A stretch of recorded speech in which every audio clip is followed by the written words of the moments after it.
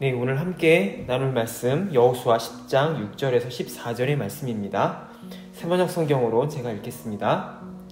기브온 사람들은 길갈진에 있는 여호수아에게 전가를 보냈다. 이 종들을 버리지 마십시오. 속히 우리에게로 와서 우리를 구출하여 주십시오. 우리를 도와주십시오. 산간지방에 거주하는 아모리 왕들이 연합군을 이끌고 우리를 공격하였습니다. 여호수아는 정예 부대를 포함한 전군을 이끌고 길갈에서 진군하여 올라갔다. 그때 주님께서 여호수아에게 말씀하셨다. 그들을 두려워하지 말아라. 내가 그들을 너희 손에 넘겨주었다. 그들 가운데서 한 사람도 너를 당할 수 없을 것이다. 길갈에서 떠난 여호수아의 군대는 밤새도록 진군하여 기습작전을 폈다.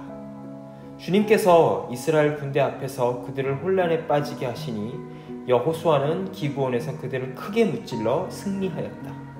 그는 베토론의 오르막길을 따라서 아세가와 막게다까지 추격하여 그들을 무찔렀다.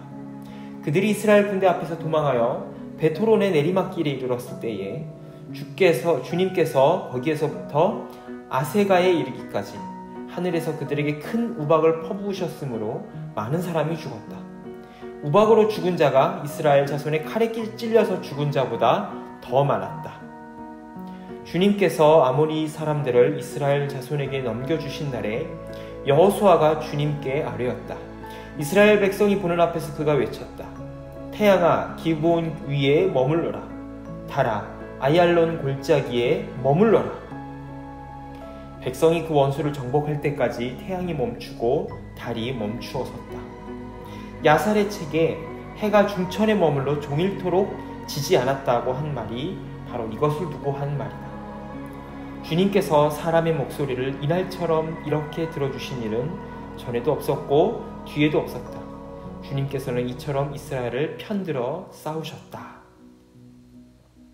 네, 지금까지 살펴본 여호수아의 정복전쟁의 과정을 살펴보면 이 정복이 그냥 이루어지지 않았음을 알 수 있습니다. 여리고성에서는 승리했지만 아이성의 전투에서 패배를 겪고 간신히 복수를 하게 됩니다. 그런데 그 뒤에 기브온 주민들과 경솔하게 조약을 맺음으로써 스스로 올무에 빠져버리는 실수를 범하고 말게 됩니다. 여호수아는 분명 위대한 장수이고 승리자임에 틀림이 없지만 그가 이끄는 이스라엘 백성들 역시 그냥 승리를 얻은 것은 아니라는 사실을 성경은 이야기해주고 있습니다. 이는 우리들의 인생에 있어서도 마찬가지가 아닌가 싶습니다. 하나님은 예수 그리스도의 십자가를 통해 승리를 완성하셨습니다. 우리의 인생은 결론이 정해진 인생을 살아가고 있는 삶입니다. 바로 승리의 면류관을 향하여 가는 인생이죠. 그런데 실제로 우리의 삶은 어떤가요? 하나님이 주신 승리를 경험하기도 하지만 때로는 실패와 실수로 인해 예기치 못한 사고로 인해 좌절과 패배를 경험하기도 합니다. 아니 어쩔 때는 그럴 경우가 더 많은 것이 사실입니다. 그럴 때마다 우리는 과연 하나님이 계신 건가? 내 인생에 정말로 하나님이 개입하고 계신 건가 하는 의문을 품게 됩니다. 그런데 그 모든 과정은 사실 하나님이 우리를 성장시키고 자라게 하시며 그분의 형상대로 만들어가기 위해 허락하신 훈련의 장이라는 사실을 잊으면 안 될 것입니다. 하나님은 우리를 로봇으로 만들지 않았다고 했죠. 하나님은 우리가 하나님의 장성한 분량에 자랄 수 있도록 기회를 주시고 실수를 허락하시는 분입니다. 그래서 우리의 삶에 패배가 있고 아픔이 있는 것입니다. 오늘 우리가 읽은 본문 여호수아 10장 역시 여호수아와 이스라엘 백성들이 치열하게 싸우는 모습을 보여주고 있습니다. 이 싸움을 통해 이스라엘 백성들은 자신의 영역, 하나님의 영역을 한층 더 넓혀가고 있는 모습을 보게 됩니다. 지난번 우리는 이스라엘 백성들이 기브온 주민들과 조약을 맺은 내용을 살펴보았습니다. 이 과정에서 그들은 큰 실수를 저지르죠. 바로 하나님께 묻지 않고 마음대로 조약을 맺은 것입니다. 하지만 하나님은 이 조약을 되돌리거나 무효로 하지 않습니다. 결국 이 조약을 통해 이스라엘은 기브온을 보호해주고 기브온은 이스라엘을 주인으로 섬기게 됩니다. 그러자 이 소식을 들은 예루살렘의 왕 아도니세덱이 주변 나라의 네 왕들과 연합전선을 펼쳐서 기브온과 싸우러 갑니다. 우리를 배신하고 저쪽 이스라엘과 붙어버린 저 배신자 기브온을 없애기 위해 일어서자 이스라엘이 가만히 있을 수가 없었습니다. 6절에 보면 기브온이 사신을 보내어 속히 자신을 도와달라고 요청하자 하나님은 기브온에게 승리를 약속하시며 담대히 싸움터로 나가라고 하십니다. 자, 이렇게 하나님의 뜻에 따라 나아간 이스라엘의 군대는 두 가지의 큰 기적을 경험하게 됩니다. 하나는 우박의 기적인데요. 싸움터에서 우박이 떨어져서 대적을 물리치는 사건이 일어났는데 이러한 기적을 오늘 말씀 11절에 이렇게 기록하고 있습니다. 우박으로 죽은 자가 이스라엘의 자손의 칼에 찔려서 죽은 자보다 더 많았다고 합니다. 그런데 더 큰 기적은 그 뒤에 일어나게 됩니다. 12절과 13절에서 이렇게 기록합니다. 주님께서 아모리 사람들을 이스라엘 자손에게 넘겨주신 날에 여호수아가 주님께 아뢰었다. 이스라엘 백성이 보는 앞에서 그가 외쳤다. 태양아 기브온 위에 머물러라. 달아 아얄론 골짜기에 머물러라. 백성이 그 원수를 정복할 때까지 태양이 멈추고 달이 멈추어 섰다라고 합니다. 우박으로 인해 적들을 물리친 이스라엘 백성들이 그 다음으로 남은 적들을 없애기까지 시간이 촉박한 겁니다. 날이 밝아야 적군들이 보이고 나머지 적들을 싸울 수 있을 텐데 어두워지게 되면 당시의 기술력으로는 그게 불가능했던 것이죠. 그때 하나님이 여호수아의 목소리를 들으시고 태양과 달을 멈추면서까지 이스라엘을 위해 시간을 벌어준 사건이 벌어진 겁니다. 오늘을 살아가는 우리는 이 태양과 달을 멈추라고 한 이 여호수아의 외침을 그냥 단순한 믿음의 고백, 믿음의 외침, 여호수아가 하나님을 믿고 이렇게 담대하게 외쳤구나라고 생각할 수 있겠지만 이때 당시의 고대 시대 사람들에게는 이는 우리가 생각한 것 이상의 매우 충격적인 일이었다는 사실을 잊어서는 안 됩니다. 왜일까요? 이때 당시에 태양과 달이라는 존재는 그냥 우리가 눈으로 보는 과학적인 어떤 천체의 이상의 것입니다. 바로 이들에게 있어서 태양과 신은 신과 같은 존재였다라는 사실이에요. 이스라엘이 노예로 살던 이집트에서의 최고의 신도 바로 태양신 라라고 하는 신이었던 것처럼 이 태양과 달은 고대 중동 세계의 사람들에게 있어서 신과 같은 존재라는 사실입니다. 그런데 여호수아는 그 모든 것들이 하나님의 피조물이요 하나님의 통제 아래 있다라는 사실을 외치고 있는 것이죠. 자연의 움직임 속에 가장 정교하고 웅장하며 동식물의 생과 사에 있어서 가장 큰 영향을 미치는 것이 바로 태양과 달의 움직임, 천체의 움직임이라고 할 수 있습니다. 태양이 빛을 비춤으로 인하여서 동식물은 에너지를 얻게 되고요.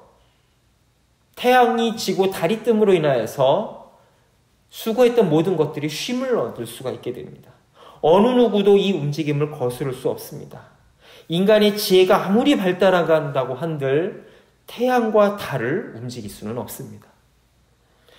그런데 이는 마치 우리가 사는 세상의 모습을 보여주는 것과도 같습니다. 세상이라고 하는 거대한 시스템 속에 나는 그저 부속품과 같은 존재 같아 보입니다. 내가 아무리 발버둥 치고 애쓰며 살아가도 내가 아무리 애써도 태양과 달을 움직일 수 없는 것처럼 이 거대한 체제 속에 순응하며 살아가야만 하는 존재 같아 보입니다. 그런데 여러분, 우리가 그토록 넘사벽이라고 느끼는 세상의 모든 것들, 심지어는 태양과 달의 움직임마저도 하나님의 손길 아래 움직인다는 사실을 여호수아의 고백을 통해 우리에게 보여주고 있습니다. 그리고 더 중요한 사실, 하나님은 이 모든 것들을 태양과 달과 세상의 모든 것을 우리에게 선물로 주셨다는 겁니다. 이러한 사실을 오늘 14절에서는 이렇게 기록하고 있죠. 주님께서 사람의 목소리를 이날처럼 이렇게 들어주신 일은 전에도 없었고 뒤에도 없었다. 주님께서는 이처럼 이스라엘을 편들어 싸우셨다라고 성경은 우리에게 증언하고 있습니다. 여러분, 하나님이 자연 법칙을 수시로 무시하십니까? 그렇지 않습니다. 예수님 다시 오실 때까지 추위와 더위는 반복될 것이고 낮과 밤은 계속해서 돌아갈 것입니다. 그렇다면 하나님은 왜 이런 기적을 성경을 통해 보여주실까요? 하나님의 뜻과 하나님의 나라를 확장해 나가는 길에 자연 법칙이 방해가 된다면 그 자연 법칙마저도 우리를 위해 조정해 줄 수 있고 조정해 주고 싶은 그 하나님의 마음을 여호수아를 통해 보여주고 있는 것입니다. 거대한 세상의 물결 앞에서 우리는 너무나 무력해 보입니다. 사실 우리의 삶 가운데는 이러한 기적보다는 좌절이 더 많아 보입니다. 그런데 여러분, 우리가 하나님의 뜻 가운데 그분의 나라를 확장해 나가는 싸움에 동참한다면 그 앞길에 무엇이 방해가 되든 하나님은 다 물리쳐 주신다는 겁니다. 우리의 이기심이나 욕심이 아닌 하나님 나라에 동참하기만 한다면 태양과 달도 비키라고 하시며 홍해도 갈라주시고 병자도 낫게 해주신다는 사실을 성경은 우리들에게 수없이 보여주고 있습니다. 바로 하나님의 거룩한 뜻을 이루어가는 과정에 장애물은 없다라는 것을 보여주는 사건이 바로 오늘 여호수아의 전쟁에 나타난 기적이라는 것이죠. 하나님은 우리가 우리의 한계를 뛰어넘어서 더 큰 하나님의 세계를 경험하기 원하십니다. 그러기 위해서는 어떻게 해야 될까요? 전쟁터에 뛰어들어야 합니다. 가만히 앉아서 구경만 하는 자세만 가진다면 태양과 달을 멈추시는 하나님의 손길을 경험할 수가 없습니다. 저 별이라도 따서 너한테 주고 싶다라는 말이 있죠. 하나님은 우리가 그분의 뜻 가운데 동참한다면 저 하늘의 별이라도 따서 주신다는 사실을 오늘 본문은 우리들에게 보여주고 있습니다. 여러분, 이 기적을 경험하고 싶습니까? 그렇다면 과감히 나의 자리를 벗어나서 싸움터로 뛰어들 수 있기를 원합니다. 그럴 때 우리는 하나님이 우리를 예비하신 놀라운 기적을 볼 수 있을 것이며 여호수아처럼 태양아 머무르라, 달아 멈추어 서라라고 당당하게 외치는 하나님의 사람으로 나아갈 수 있을 것입니다. 기도하겠습니다. 하나님 아버지, 영적인 안진뱅이처럼 앉아만 있지 않게 하여 주옵소서. 일어서서 하나님이 명령하신 하나님 나라의 전투에 참여하는 영적인 전사가 되게 하여 주옵소서. 그럴 때에 우리를 위해 예비하신 놀라운 하나님의 기적을 보게 될 줄로 믿습니다. 세상이 줄 수 없는 하나님의 놀라운 기적을 보는 우리 동광의 모든 청년 모두가 될 수 있도록 하여 주옵소서. 예수님의 이름으로 기도합니다. 아멘.